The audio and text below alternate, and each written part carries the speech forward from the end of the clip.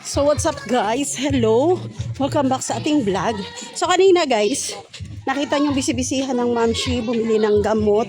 So update lang, chika ko lang sa inyo, hindi na ako nagpunta ng school kasi nga may natira pa daw sa gamot. So nakainom na yung anak ko. So siste, nasa bahay lang ako. Naglinis, lahat. As in lahat. Wait lang, madilim na naman. So ayun na nga. Mabalik-balik ako. Dapat gagawa talaga ako ng mga video ngayon para sa aking TikTok.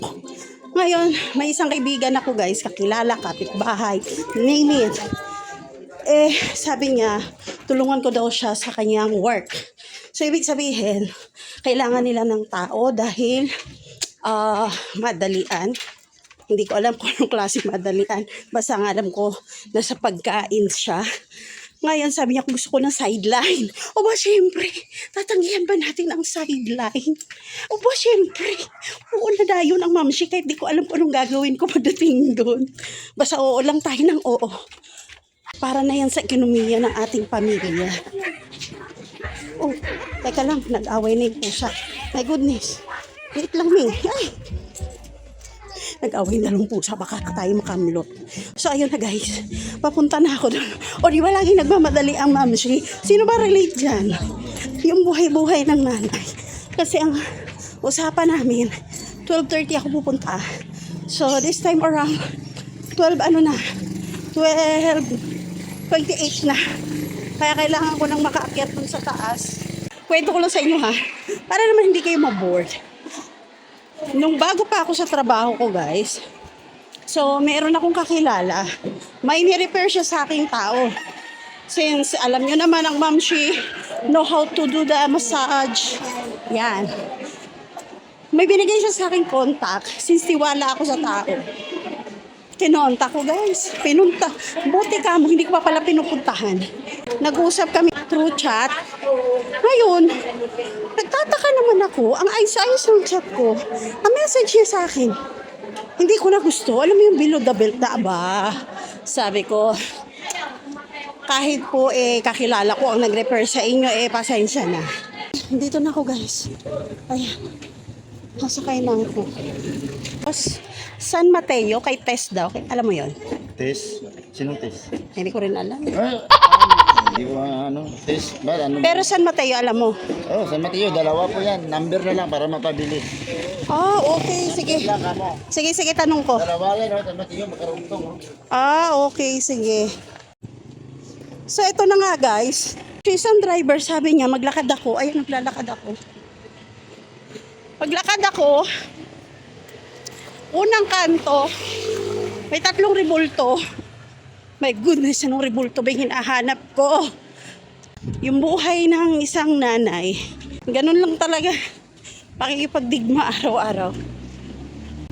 Pero ang importante, di ba? Hindi tayo pinapabayaan ng Lord. May mga blessing na kagaya nito. Sana lang alam kong gagawin ko doon. Ngayon, 3 rebulto. Okay. Ito, nakita akong 3 rebulto. So, ito.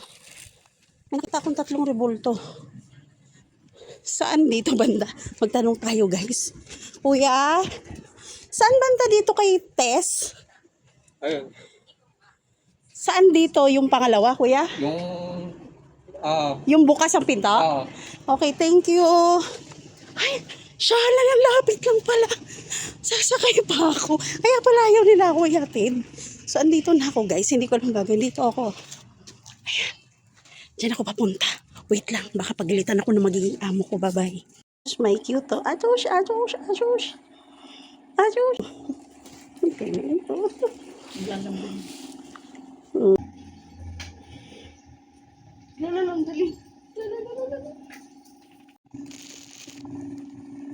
So, hi guys.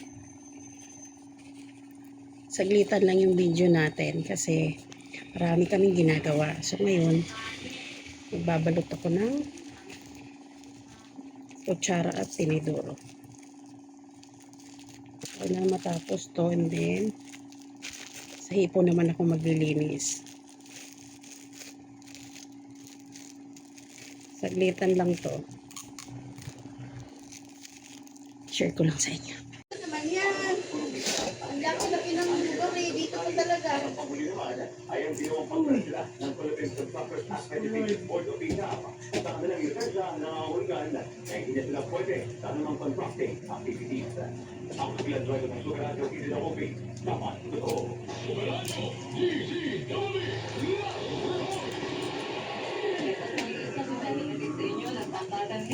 Triple Ginawa relief. Si Senator Dante Marcoleta inireklamo naman sa Ombudsman dahil sa issue ng kanyang statement of contributions and expenditure associate sa Bernardo Valley, Isa. Sinapangan naman sa akong poetry sa oras na pero nasabi naman ko na hindi mo nung disclose o naisiwala ang mga same contribution sa hote na isunod sa provision of election for government na hindi mo nung nasabi mo ang sinabi ng senador na nakasasawak ng ginagawa dahil Hi guys, pauwi na ako. Uwi na ako tapos na aming gawain. Ito. Ang cute. Anak niya to guys. Ay, anak niya. Cute no? So guys, pauwi na po ang yung mamshi gabi na. Mag-i-8 na. Nagmamadali na naman ako guys kasi wala ring gamot yung anak ko pang alas 8 niya. Dalawa kasi maintenance niya. So, wala ring tao sa bahay, siya lang. Kasi, bawat isa may pinuntahan, siya lang mag-isa. Wala pa rin sa Tilaika, wala pa rin sa Keloy, wala pa rin asawa ko, tako yan dito pa. Kaya nagmamadali na po ako. So guys, sa dami na namin ginawa ngayon, ano po pala, nagpapa-order siya ng kumbaga may Christmas party, ganyan, bultuhan. Kaya ang dami namin ginawa. More on dessert. At least thankful tayo sa Lord kasi kahit kumita tayo, pabiling gamot. Kaya ganon, laban lang. Nakakapagod. Magpahinga. Pagkatapos laban uli.